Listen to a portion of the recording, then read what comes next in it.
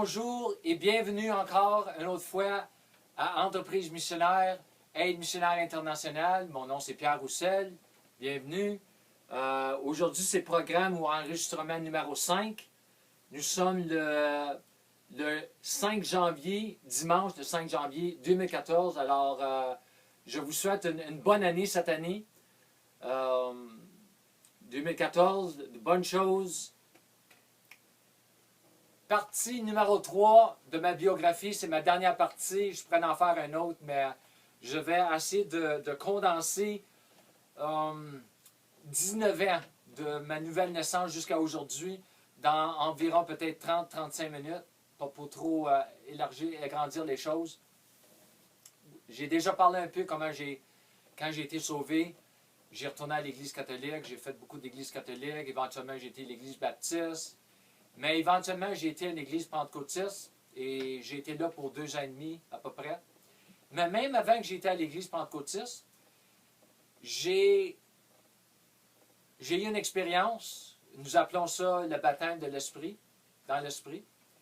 Et j'étais en train de marcher dans le couloir, dans notre maison. Je m'en allais dans ma chambre, je crois que c'était un samedi. Et la porte de la chambre de ma mère était ouverte à peu près à 8 pouces, 10 pouces peut-être, 6 pouces. Et elle était sur son lit, assise, et elle parlait dans une langue très étrange. Et c'est la première fois que j'avais entendu cela. Je ne pense pas que j'étais à l'église pentecôtiste encore. Elle n'était même pas là. Elle était encore à l'église catholique, elle était charismatique. Et tout ce que je sais, j'ai juste dit au Seigneur, puis je ne connaissais pas le Seigneur trop tôt. Ça faisait pas longtemps que j'étais sauvé. J'avais encore les cheveux longs, j'avais mes bouts d'oreilles. J'ai dit, en anglais, je vais dire en français, j'ai dit, je ne sais pas qu'est-ce que c'est ça, mais je veux l'avoir. Alors, dans 2 jours, je crois, je l'ai eu dans ma chambre. J'étais assis dans mon lit, sur mon lit, j'étais en train de prier, le meilleur que je connaissais dans ce temps-là.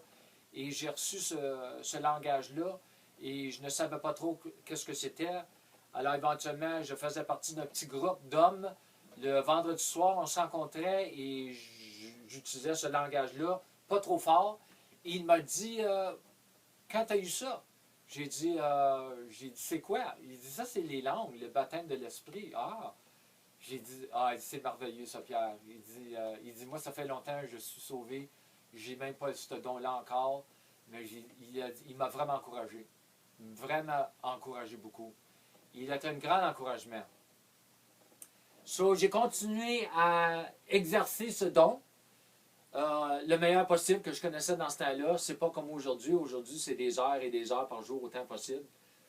7 jours par semaine. Quand j'ai été à l'église pentecôtiste, j'ai été là pour 2 ans et demi. C'est là que j'ai vraiment commencé à rencontrer des nouvelles amies.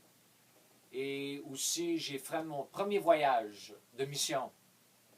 Ils avaient préparé un petit voyage de 2 semaines à Hongrie, Budapest. Et ça me tentait d'y aller. Alors, ils ont dit oui, viens. Alors, le pasteur, c'était un nouveau pasteur. Il était très chaleureux avec moi. Il a essayé de m'encourager autant qu'il pouvait. Il aurait pu en faire un peu plus, mais en tout cas, ils m'ont emmené avec eux, avec un autre pasteur et avec un couple qui sont très amis avec mes parents encore aujourd'hui. Et ça a commencé vraiment à changer ma vie. J'avais jamais voyagé en dehors des États. J'avais jamais embarqué sur un avion. J'ai vu des choses là-bas. Ça a vraiment fait une impression sur moi. Et j'ai jamais perdu cette impression-là. J'ai eu une de mes premières paroles de prophétie là-bas d'un homme. Son nom c'est John Smith, il venait de l'Angleterre. Il m'a dit, en anglais, mais il m'a dit, on va te voir dans nos conférences une journée. Et je savais que ça venait de Dieu. Ça brûlait en moi, ça m'avait parlé. Mais avant de continuer, je veux juste vous dire, j'ai eu beaucoup de rêves du Seigneur depuis que je suis sauvé. Beaucoup de rêves, beaucoup de révélations. Et une des raisons, c'est parce que je prie beaucoup en langue. Et ça donne l'occasion à l'Esprit Saint de manifester certaines opérations dans notre vie pour nous encourager, pour nous édifier, pour nous bâtir, pour même nous corriger. Et le premier rêve que j'ai eu deux gros rêves.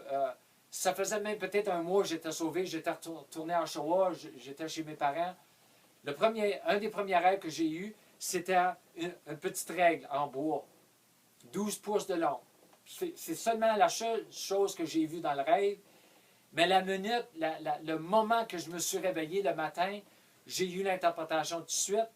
Et la parole était, je vais t'utiliser pour mettre mes croyants sur une ligne droite. C'est pas la meilleure traduction, mais c'est ça, c'était ça le rêve.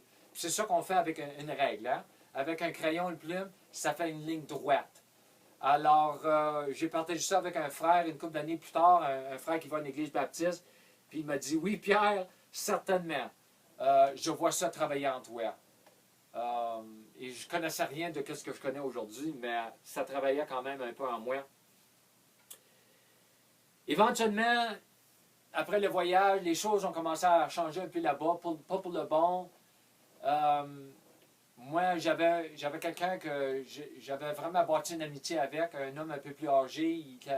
Il était devenu comme un père pour moi, un père spirituel. Et lui, il avait parti de cette église-là. Il avait parti pour une église Parole de foi, pas loin d'ici, à peu près 20 minutes d'ici, Ajax. Éventuellement, j'ai parti moi aussi, j'ai été le rejoindre là-bas, lui et sa famille. Et ça m'a vraiment ouvert à autre chose. Une bonne expérience.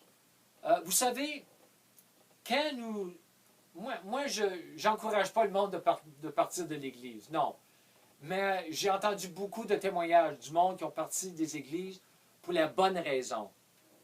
Tu peux partir d'une église ou des églises pour la mauvaise raison, mais il y a une bonne raison pour partir d'une église. Et j'ai appris beaucoup à travers les différentes églises que j'ai fréquentées. Et là, j'ai vu quelque chose que je n'étais pas trop au courant, mais à part que ce que nous voyons sur la télévision, sur le mouvement que nous appelons la parole de la foi. Mais moi, j'étais vraiment évangéliste. Pas à travers de cette église-là, mais j'avais eu une expérience avec le Seigneur. J'étais en train de lire un petit livre sur la vie de Richard Baxter, un puritain. Et lui, il avait dit, il était très évangéliste, dans les 1500, un puritain. Et lui, il avait dit, si vous ne gagnez pas les âmes, vous êtes un meurtrier civil. Ouh! Ça m'avait... Dieu avait pris cette petite phrase-là, puis ça m'avait causé à aller prier, commencer à prier pour mes voisins. La première fois depuis que j'étais sauvé. J'ai commencé à marcher alentour, prier pour mes voisins. Et le Seigneur a commencé à me parler, me dire, tu sais, il y a des boîtes à mal, il y a toutes sortes de mal, il y a de la poche, des journaux, toutes sortes de nouvelles sur la télévision, mais il n'y a presque pas de bonnes nouvelles.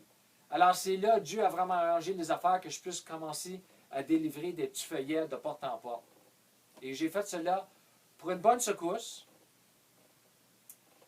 Et dans tout ce temps-là, j'étais encore là-bas, mais éventuellement, moi, j'en pouvais plus. Tout ce qui parlait, en général, tout ce qui parlait, c'était de l'argent, spécialement sur la dîme. Et c'est pas parce que je ne voulais pas donner, je donnais, ci puis ça, mais moi, je voulais vraiment évangéliser, je voulais être entraîné pour évangéliser, et il n'y avait rien de ça là. Alors, éventuellement, j'ai décidé de partir. Ça a été très dur, très douloureux pour moi. Mais l'homme qui était là, mon ami, un vendredi après l'ouvrage, je ne l'avais pas dit à personne. Je l'ai appelé, j'ai dit, il faut que je te parle. Alors, il dit, viens, on va parler. Parce que nous avions une bonne habitude. Lui, il priait pour moi dans ce temps-là. Il prie encore aujourd'hui pour moi. Et quand j'arrivais, même avant que j'ai dit de quoi, il dit, Pierre, il dit, le Seigneur m'a déjà parlé, c'est correct, tu peux partir. Ça m'a vraiment parlé. Puis ça m'a aussi fait voir que j'étais sur la bonne voie. Je ne sais pas quelle voie que j'étais, mais moi, je recherchais quelque chose et je recherchais la vérité. Et malheureusement, nous n'avons pas autant de vérité que nous devons avoir dans l'Église aujourd'hui. Mais ça va changer, ça. Éventuellement, j'ai parti tout de suite. Et j'ai fait une couple d'autres églises. J'ai retourné à une église pentecôtiste. Ça n'a pas trop marché avec moi. Mais qu'est-ce que j'ai fait malheureusement? J'ai laissé tout l'enseignement de la foi. Ça, c'était une grosse faute. Parce que la parole a tellement à dire sur la foi. Mon Dieu, la parole nous enseigne, sans la foi, tu ne peux pas plaire à Dieu. Les montagnes sans le pas, sans la foi. Tu ne peux pas recevoir ta guérison sans la foi. Tu ne peux pas recevoir ton salut par la foi. Tu ne peux pas recevoir rien de ce que Dieu a déjà fait à la croix sans la foi. Parce que tout est reçu par la foi. Alors, ça a vraiment été, je crois, une œuvre du diable pour me décourager encore plus. Éventuellement, j'ai parti de cette église aussi, pentecôtiste. Et j'ai commencé vraiment à étudier beaucoup, rechercher beaucoup, étudier l'histoire de l'Église, le grec, l'hébreu, prier beaucoup, prier en langue beaucoup. J'allais beaucoup dans les stationnements d'auto, que ce soit dans l'Église en arrière, les matins ou même le centre d'achat. Des fois, à 4 heures du matin, j'étais là le samedi matin après avoir travaillé toute la semaine la construction. J'allais pour 2, 3, 4 heures des fois pour prier. En langue, avec ma petite Bible. Et j'ai commencé vraiment à me renfermer concernant avoir beaucoup d'amis. J'ai vraiment commencé à vraiment juste choisir, vraiment à discerner qui vraiment était ami et qui n'est pas vraiment un ami pour moi dans ma vie spirituelle. Beaucoup de lectures. Beaucoup de lectures. Moi, je travaillais pour évangéliser et je travaillais pour acheter mes livres, pour ma bibliothèque, pour mon école. Et éventuellement, le Seigneur a commencé à me parler de faire des gilets pour porter à l'école, à l'ouvrage où je travaillais. Ça, c'est toute une autre histoire, c'est quelque chose que je peux partager sur plus tard. J'ai commencé à vraiment évangéliser à l'ouvrage, beaucoup d'évangélisation. J'ai vraiment appris comment évangéliser. Et éventuellement, je m'en allais un matin pour prier. Et j'ai eu une expérience avec l'Esprit Saint. Et c'était concernant des petits feuillets, en anglais, nous appelons ça des tracts, la littérature. Et je m'en allais vers le parc Alexandra pour aller prier. J'allais là souvent pour prier le matin, l'été, même l'hiver. Et ma tête a tourné. Puis, il y avait des maisons. Il y avait une maison et la maison a sorti, pas physiquement, hein, mais spirituellement, je ne sais pas, là, la maison a sorti de sa fondation. Et quand j'ai vu cela, ici, ça a été marqué « Tracts ». Puis je n'avais déjà fait des tracts, un peu. Alors, c'était fort. Ça, c'était fort. Alors, j'étais tout content et je n'ai pas continué. Je suis revenu ici. Ma mère, elle m'avait apporté des tracts. Elle avait commencé à aller à King Street. Moi, ça faisait une secours, j'avais parti de là. Et je n'avais à la maison, mais je les avais lus, je les aimais pas. Mais je suis revenu, puis j'ai regardé en dessous de la pile, puis il y en avait 2, 3, j'ai dit, c'est bon ça. Ça, je peux donner ça. Alors, c'est là que j'ai commencé à repasser de porte en porte dans les boîtes à mal de la littérature concernant la bonne nouvelle. J'ai fait pour 2 ans et demi. Et avec tout cela, nous avons toutes sortes de rencontres. Hein? Nous rencontrons des croyants, nous rencontrons des non-croyants, nous rencontrons des croyants qui sont pas trop chauds, sont froids, sont tièdes. Alors, tu rencontres du monde qui sont de différentes foi. Je ne cognais pas à la porte, mais souvent l'été, il y avait quelqu'un qui était dehors, ou moi j'arrivais, puis il était à la porte. Alors, il me demandait des questions. Des fois, il m'échouait, il me donnait un coup de pied, différentes choses. Mais ça m'a vraiment aidé à grandir. Mais aussi, ça apportait la bonne nouvelle, mais j'ai été attaqué par l'ennemi dans mon corps physique, au point que j'ai perdu de l'ouvrage pour un mois de temps. Je n'ai pas le temps de rentrer dans les détails de tout cela. Moi, je n'avais aucune foi pour la guérison. Je ne connaissais rien de Isaïe 53, 5, Matthieu 8, 17, que Jésus avait apporté mes maladies, toutes ces choses, que j'avais le pouvoir et l'autorité sur le diable pour le résister, pour l'empêcher, pour l'arrêter. Je ne connaissais rien de ça. Moi, c'était la lecture et j'étais dans la parole, mais je n'étais pas dans la parole comme j'aurais dû l'être. Éventuellement, j'ai eu beaucoup de rêves. J'ai encore beaucoup de rêves. Des rêves de le militaire, l'armée, la guerre. La parole est pleine de références de tout cela, l'Ancien et le Nouveau Testament. Alors, j'ai commencé à écrire ces choses-là. Il y a beaucoup de choses dans ma biographie que je laisse, je n'ai pas le temps, mais je vais en parler avec mes différents enseignements plus tard, sous différents sujets et thèmes. Éventuellement, à l'entour de l'année 2002-2003, je fréquentais une autre église, une église très populaire ici à Oshawa, charismatique, évangélique, et je faisais les tracts. J'étais prêt à partir de cette église-là. Éventuellement, j'ai parti, pour les bonnes raisons. Mais j'avais eu une parole à l'ouvrage. Je travaillais une journée et le Seigneur me parlait beaucoup à l'ouvrage parce que je passais beaucoup de temps dans la prière en travaillant autant que je pouvais. Le Seigneur m'a parlé une journée, 3 fois la même chose, en anglais, mais en français, c'était « Ma parole, tu dois te donner ta pleine attention à ma parole. » 3 fois dans 5 secondes. J'étais dans la parole, mais je n'étais pas dans la parole comme j'aurais dû l'être. J'ai négligé la parole un peu, je savais que c'était du Seigneur, mais je ne savais pas trop ce qu'il voulait dire. J'ai commencé à le rechercher. Ça, c'était en 2002-2003. Et éventuellement, j'ai laissé l'Église, cette dernière Église.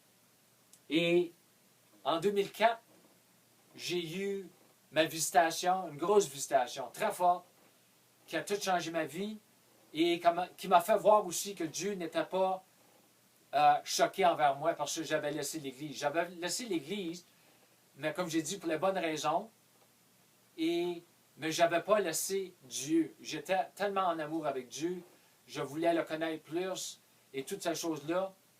Et en 2004, le 7 mars, j'ai eu une visitation durant la nuit qui a duré environ 4 heures. Et la parole que Dieu m'a donnée, très forte, très forte, très forte, était le mot en anglais « entreprise missionnaire ». Alors j'ai bien vu que Dieu était pour moi, il n'était pas contre moi. Et il n'était pas contre moi quand même. Dieu n'est pas contre moi, c'est le diable qui est contre nous autres. Alors, je ne savais pas trop quoi faire avec cette parole-là. Je n'avais pas beaucoup d'amis. Je n'avais pas vraiment des amis comme j'ai aujourd'hui qui sont dans l'Église, comme des enseignants, des encadreurs, des dirigeants de l'Église. Alors, j'ai commencé à vraiment chercher Dieu. J'ai commencé à rechercher l'histoire plus des missions, des missionnaires. Ça, je l'avais déjà fait. Je faisais beaucoup, l'histoire des méthodistes, l'armée du salut, John Wesley, les réformeurs, les hommes de réveil. Ça, c'était une grosse partie de mes études. J'ai beaucoup de livres sur ça. Ça a vraiment eu une bonne influence sur moi. Dieu a pu mettre beaucoup de choses en moi à cause de cette lecture et cette recherche. Mais avec cette parole-là, ça m'a amené à une autre parole que Dieu m'a donnée plus tard. Vraiment, en 2007, j'étais tanné de travailler la construction. J'avais fait 10 ans avant d'être sauvé. Ça faisait 13 ans que j'en faisais après avoir été sauvé. J'avais, même avant la parole entreprise missionnaire, j'avais cette vision. Je voulais faire de quoi pour le Seigneur. J'avais été en Hongrie. Je voulais vraiment faire. Je ressentais l'appel. J'avais eu des prophéties. Alors, éventuellement, en 2007, janvier 2007, je cherchais pour de l'ouvrage plus proche ici, à place d'aller dans la ville à Toronto. parce qu'avec la neige, le trafic, j'étais fatigué de tout cela. C'est pas parce que j'aimais pas ça travailler, c'est pas parce que j'aimais pas ça voyager, parce que je priais beaucoup en langue. Le Seigneur m'avait parlé des années avant. Je veux que tu prennes tout ton temps, écoute pas de musique chrétienne, je veux que tu pries. Prie en langue, chante en langue, même à l'ouvrage, autant que tu peux. Alors, à travers de tout cela, Dieu a vraiment pu m'édifier, me parler. La parole nous enseigne beaucoup de belles choses concernant les langues. Tu parles à Dieu, il y a des mystères, il y a une édification qui se passe sans les langues qui ne se passent pas, toutes ces choses-là. Alors, Dieu m'avait donné cette parole-là, entreprise missionnaire, concernant sa parole, qu'il faut qu'elle prenne toute mon attention. Et en 2007, je cherchais pour de l'ouvrage un peu. Et la première semaine, je crois, peut-être la première partie de la deuxième semaine, il faudrait que je regarde dans mon journal. Le Seigneur m'a parlé un matin, aussitôt que je me suis réveillé, et la parole était concernant la foi. La foi ouvre les portes. Et tout de suite après, Dieu m'a donné une parole. La foi met Dieu à l'œuvre. Alors, wow! Qu'est-ce que je fais avec ça? Bien, qu'est-ce que tu fais? J'avais vraiment tout jeté concernant le message de la foi. Il y a des choses qui sont des grosses erreurs dans le message de la foi.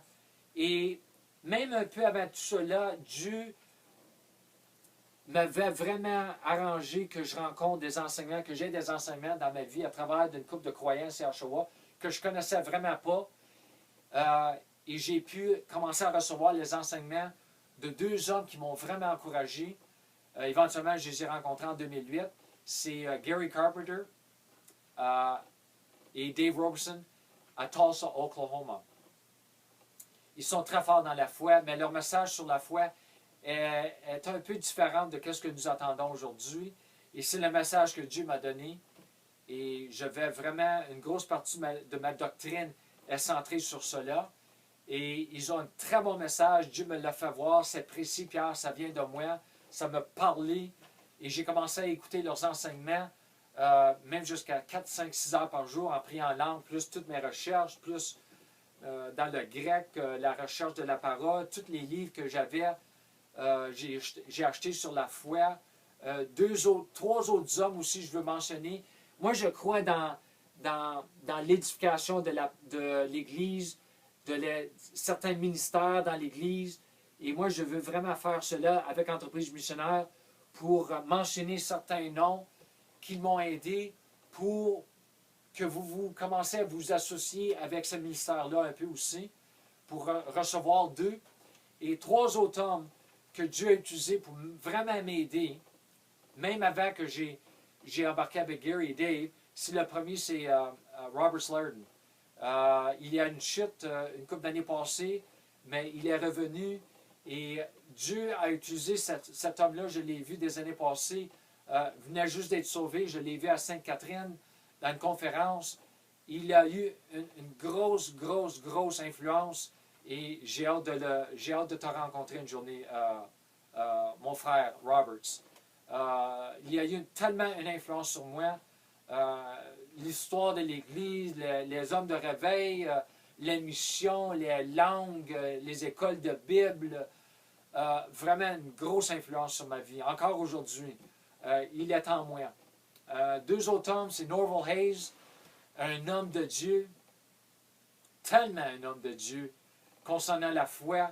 Et aussi un autre homme, c'est Kenneth Hagin, le père du jeune. Grosse influence. Beaucoup de critiques contre eux autres, mais il faut faire attention avec les critiques. Moi, je vais parler beaucoup sur ça. J'ai acheté beaucoup de livres qui critiquent les mouvements, certains mouvements charismatiques, le mouvement de la parole de la foi.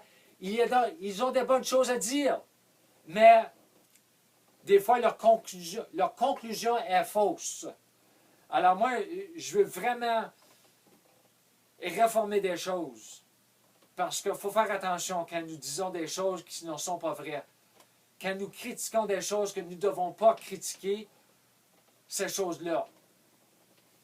Alors, éventuellement, en 2008, ça fait 1 an que je ne travaille pas.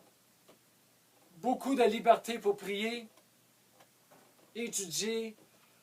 Dieu me parle. Beaucoup, beaucoup de révélations.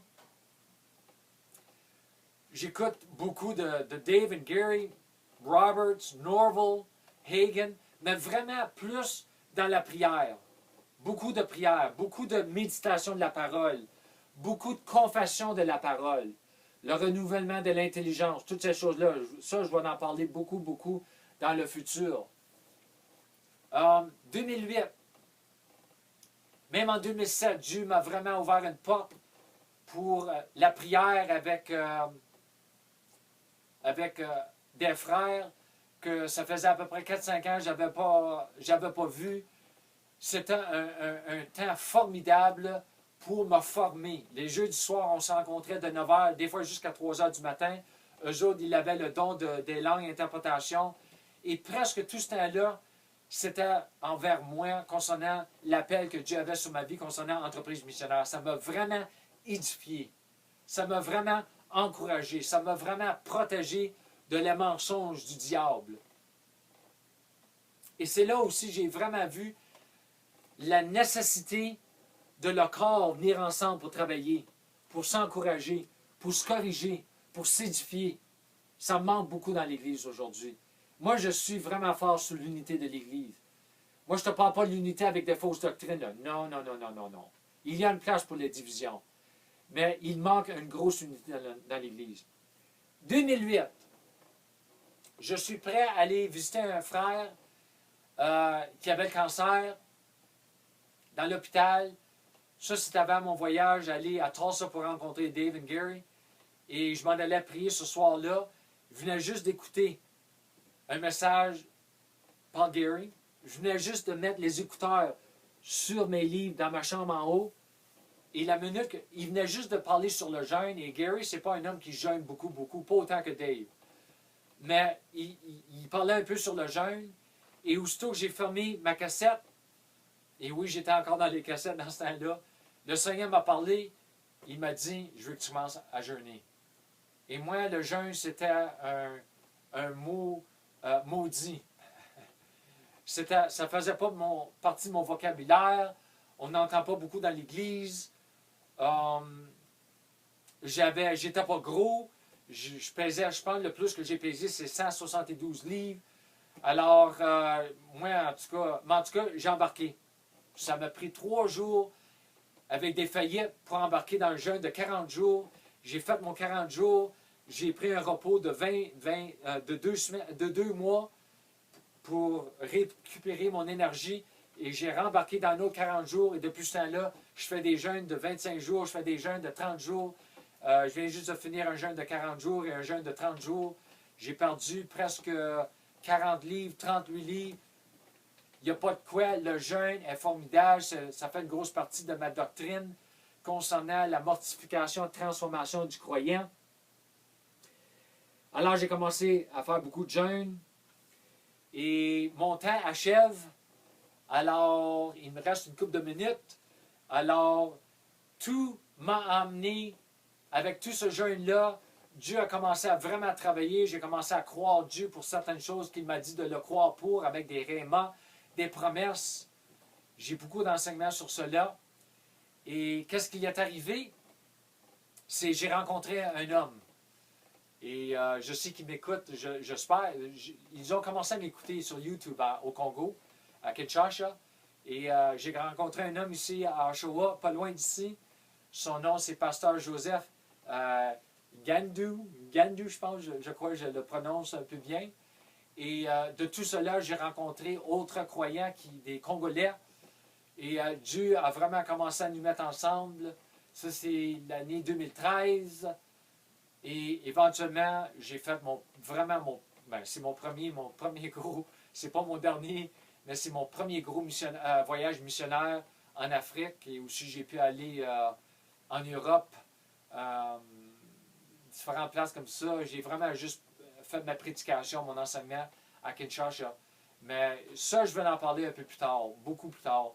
Mais en tout cas, Dieu a commencé Dieu a vraiment commencé à m'ouvrir des grosses portes que Dieu m'avait parlé des années avant pour me préparer. Je vais parler beaucoup sur ça, les années de préparation pour que Dieu puisse ouvrir des portes.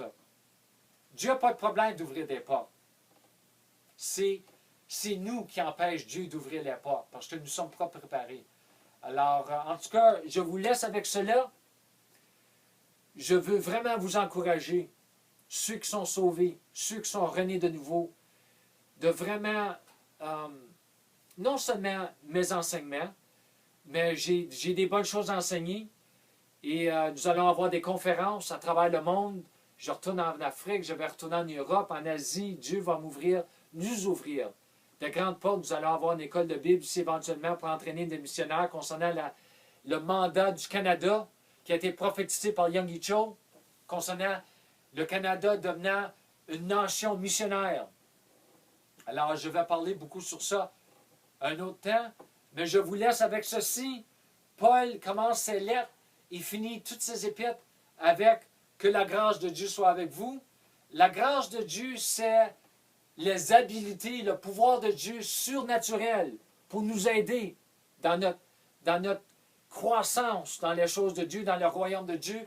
Alors, je vous laisse avec cela, que la grâce de Dieu, que la puissance surnaturelle de Dieu soit avec vous. Au nom de Jésus, à tout à l'heure. Amen.